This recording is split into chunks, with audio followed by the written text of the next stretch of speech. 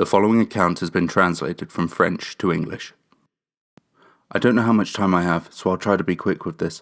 My name is Anna Duchamp, and I've been on a road trip in France. It was late and I was driving. I had just gotten over a bridge when something hit my car. I don't mean ran out in front of me, but rammed into the side of my car and pushed me off the road.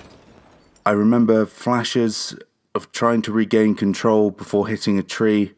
Then there were sounds of metal bending and tearing before I passed out. I woke up in complete darkness, a thick, putrid, suffocating smell jolting me awake. I remember a sharp pain in my head before I realized I didn't know where I was. "Oh, what's that smell?" I groaned, moving my hand from my head to covering my mouth. "Where am I?" A moment of silence was broken by "shh." Fear quickly turned into panic, and I started trying to feel around for anything nearby. The floor was cold and damp, and it felt like I was actually underground somewhere, but where? And who was in the darkness with me? Some psycho kidnapper? So many things ran through my mind, causing my entire body to twitch and shudder in terror. Reacting, I spluttered out the words, Who said that? Who's there?" Confirming my sanity and my dread, I wasn't alone when I heard, "Be quiet." I froze, and purely out of panic, I asked again, "Who are you? Where am I?" Again, I was met with a plea, not a demand, but a quiet plea. "Please, be quiet." Not realizing the danger, I kept pushing. "Where am I?" I was cut off by a cold, wet palm covering my mouth. "Be quiet. It might come back." I sat still. Now I was realizing that it was a woman who had been speaking to me. My eyes still hadn't adjusted to the light, so I couldn't see her. But I knew that she was right there next to me. Fearfully, she whispered to me, "You have to be quiet, okay?" I slowly nodded. Her hand carefully moved away from my mouth. I fought every urge to scream and instead tried to calm myself enough to get some answers. Quietly, I asked, "Where am I?" The stranger whispered her response. "The sewers, I think. Feels like I've been down here for days, just playing dead." The sewers? That can't be, I thought. I was on my way home. I'd been with some friends and it was getting late. I was alone, or at least I thought I was. I needed to know more. I needed to know why and how I got here. "What? No, what am I doing here? Did you bring me here?" As much as I pressed, her strange, frightened answers only unsettled me further. "This is a nightmare I just can't wake up from." As she continued, I tried to feel around for something, anything I could use to defend myself. My eyes were finally starting to adjust to the light, and I could see a vague figure where the ramblings were coming from. "Just got to hide, and..." I cut her off as I moved towards a silhouette of a mound on the floor. I spoke. "What is that?" As I reached out for whatever was in front of me, I felt a damp, cold material. At first, I thought it was a tarp, but as I pressed, I could feel a soft surface. Investigating further, I tried to lift the tarp, only to feel a weight within it. My eyes adjusted further, and to my horror, I realized it was an arm. I breathed sharply, ready to scream, but the woman's hand quickly covered my mouth again. She whispered loudly in a panic, "Shh! Stay quiet!" She was holding me tightly, keeping my body in place. Then my legs scuffed against the floor as I instinctively tried to back away. She continued, "Stop. You have to calm down and listen. They're the only thing masking our smell, so when it comes back, you..." Wait. Her pause frightened me more than her speaking. I tried to see what she was doing, but all I could make out was several sudden head movements, as if she was looking out for something. Suddenly, she took her hand away from my mouth and began pushing me towards the body. I struggled. "Get off me! Stop!" She continued pushing me, urging me to comply. "You have to hide. Just stay under and don't move. If you do, it'll find you." I couldn't believe what was happening, and it all happened so fast that I just didn't know what to do. Next thing I knew, she was shifting the body on top of me. The smell was unbearable, a cold, rotten stench that filled my senses. The presence of the cold, stiff corpse pressing against me. Something that was once a living human being, just like me, now dead, was beyond horrifying. Through the darkness I could see the woman, moving around what I now know were more bodies. The room was filled with them. Before all went silent, she spoke one more time. "Stay still and don't make a sound." At that, everything fell silent. All I could hear was my heart beating through my chest and my breath shuddering with every gasp, until I could hear it. Silently first, then there was a subtle scuttling noise, accompanied by a set of clicking sounds. It was horrifyingly hypnotic to listen to as the scratching and scuttling grew closer. Louder and louder, the clicking occasionally rang out, emanating throughout the sewer tunnels and surrounding me. Then finally, silence. I tried to calm my heavy breathing, and then a bang! Another body, a man, was dropped right next to me. I thought for a moment perhaps he was alive, but I could see his face, his empty, dead eyes staring coldly into mine. It took everything I had to keep myself from screaming. Then, ringing over me, the clicking noise, and to my horror, what I can only describe as a huge, and I mean huge, tendril glide across the face of the man and around his neck. It did this for a moment, almost like it was testing for a reaction or a pulse. The tendril then waved through the air, narrowly missing my face. I held my breath, fearing whatever it was might sense me. Then the scuttling rang out again, and to my partial relief, progressively got further and further away. I waited, even after the room and the tunnels fell silent. It was only upon seeing the woman crawl out and over to me did I get the confidence to move. I anxiously wriggled out from under the body and away from what was next to me. Angry and terrified, I whispered harshly, "What the hell was that thing?" The woman and I were now kneeling in front of one another, and she gestured her hands for me to keep my voice down. She turned her head as if listening out before answering. "I don't know. It just drops off more bodies and leaves. To be honest, I've been too afraid to look at it." From what little I saw, I really wish I had the hindsight to close my eyes. I couldn't believe any of this was happening. I was actually trapped in a horror movie. "This isn't possible. There's no way that thing can be living here. And no one notices?" I say, desperately trying to rationalize the situation. Well, I got a response as the woman began gesturing around the room. "No, I don't think it's been here that long. When I first woke up, there weren't this many bodies. And look, there are no bones or torn clothing.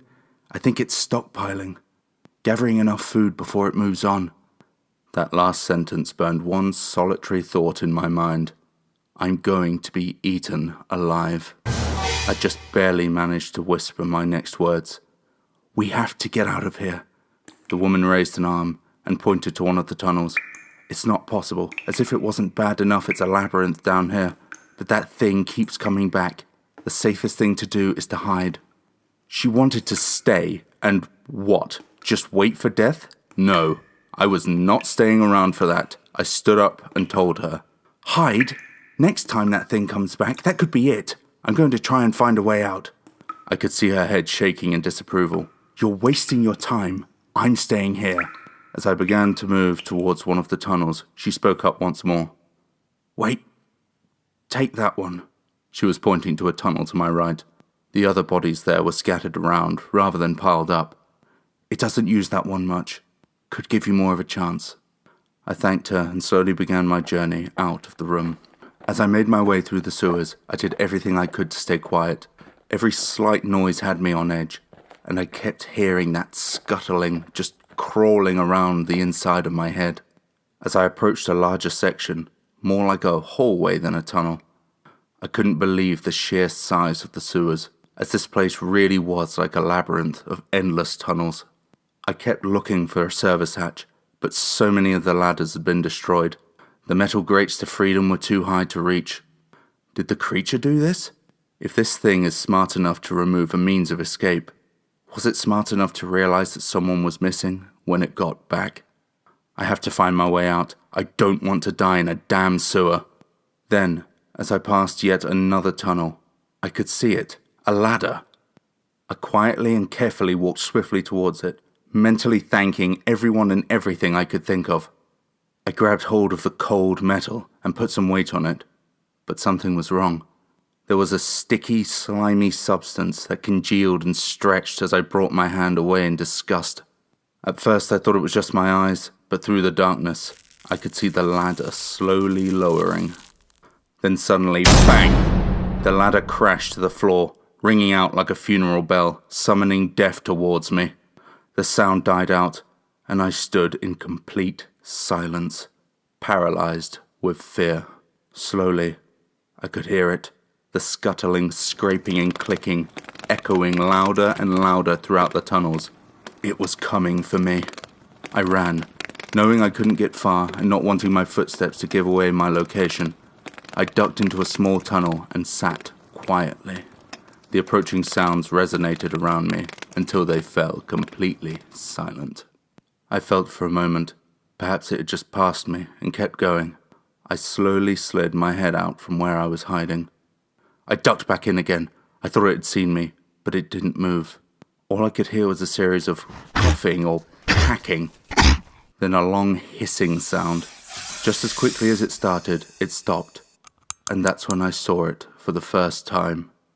As I stared out of the tunnel entrance, hands covering my mouth, countless sets of legs carried this elongated carapace away, every shift of its thick shell scraped together, and its numerous arched limbs rhythmically beating on the floor, creating that stomach-churning, scuttling noise.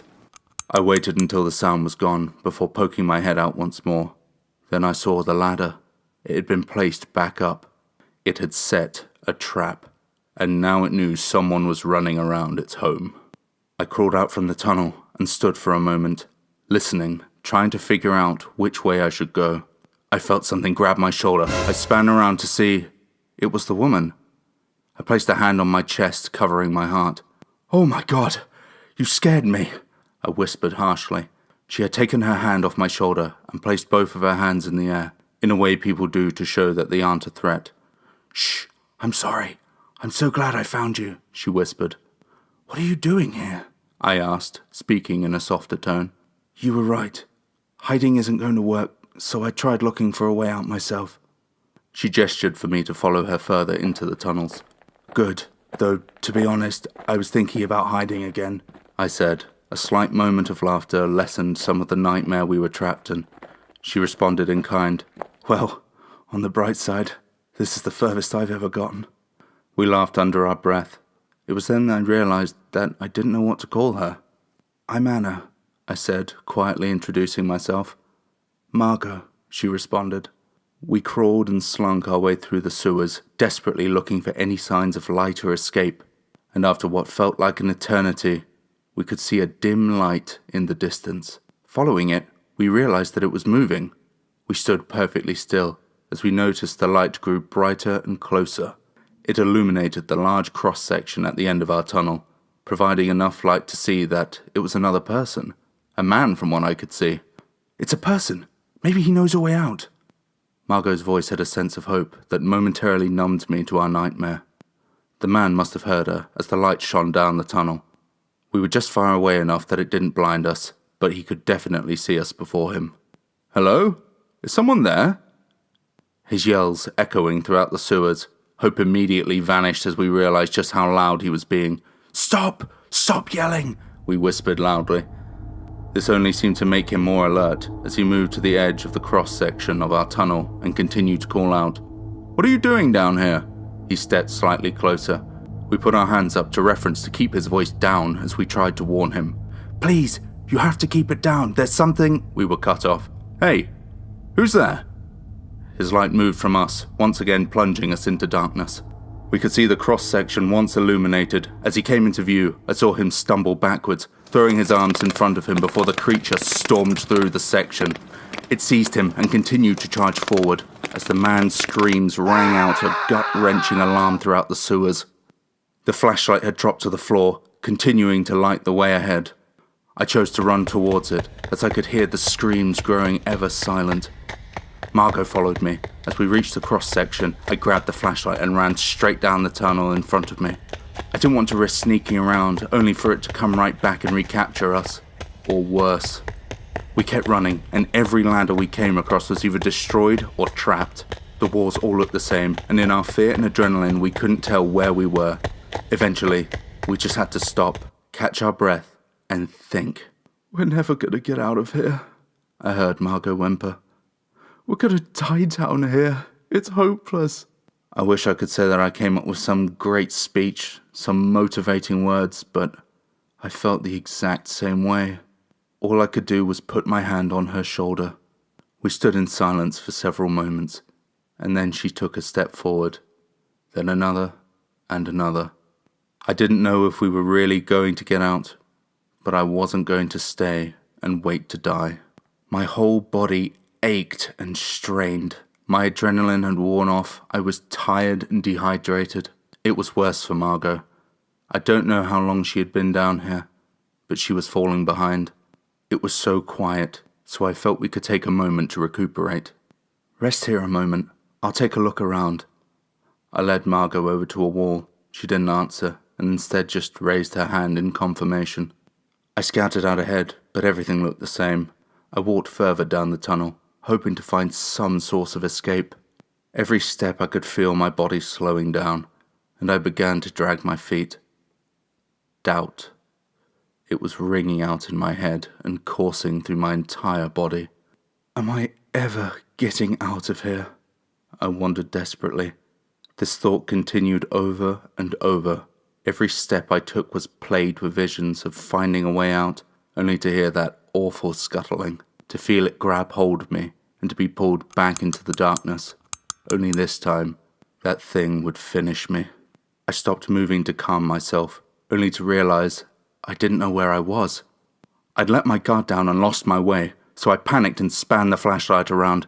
There, from around a turning, was a light.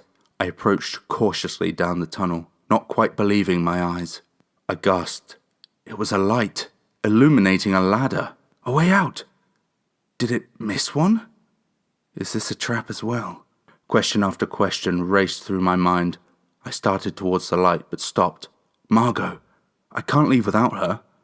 I was loath to leave the possibility of freedom, but I couldn't leave her behind. I refused to. I made my way back, but got turned around. The darkness had once again consumed the light around my flashlight. I desperately looked for Margot, calling for her. I passed the connecting tunnel to my left and shone the light down it. Margot! She was stood staring at me. Just a few feet away. She was sobbing and looking at her feet. Margot, I found a way out, I said, relieved she was safe. But she didn't respond, just quietly crying and not looking at me. Margot, we have to go, come on! My feelings of joy were gone, and I was starting to worry. I brought myself to ask one more time. Margot? She raised her head, her face contorted in fear and sadness. Her tears shone on the light reflected from my flashlight. It was at this point I noticed her necklace. I could have sworn she wasn't wearing one earlier. Then it moved. Run! Run! She whimpered, as the massive black shell of the creature rose above her. In a moment, she had been pulled backwards, just out of view. I'm ashamed to say, I ran. I ran as fast as I could through the tunnel, desperately trying to find my way back towards the light. I couldn't hear Margot, or maybe I just chose not to hear her. I had to get out. I had to get help, but as I ran, the dim light once again came into view. I could hear it, the clicking and scuttling. It was chasing me, and it was catching up. I ran towards the light, but the ladder was just too far. Up ahead on my right, I could see what I now know is a maintenance room. I wouldn't make it to the ladder in time, so I turned to run up the steps to the maintenance room, and as I turned the doorknob, I was surprised to see it was unlocked. My surprise soon turned to horror as an ominous clicking resonated around me. I looked back to where I'd come from. The creature was charging towards me. As I pushed the door, it stopped. It was caught on something, just blocking the entrance. I threw myself at the door, over and over. I could hear that monster getting closer and closer with every failed attempt. With one last effort, I threw myself at the door and left an opening just large enough for me to squeeze myself through.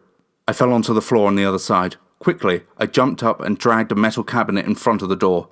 I waited in the small maintenance office for the door to explode open, and death dragged me back outside. but nothing ever came. All I could hear was my heart and my breath.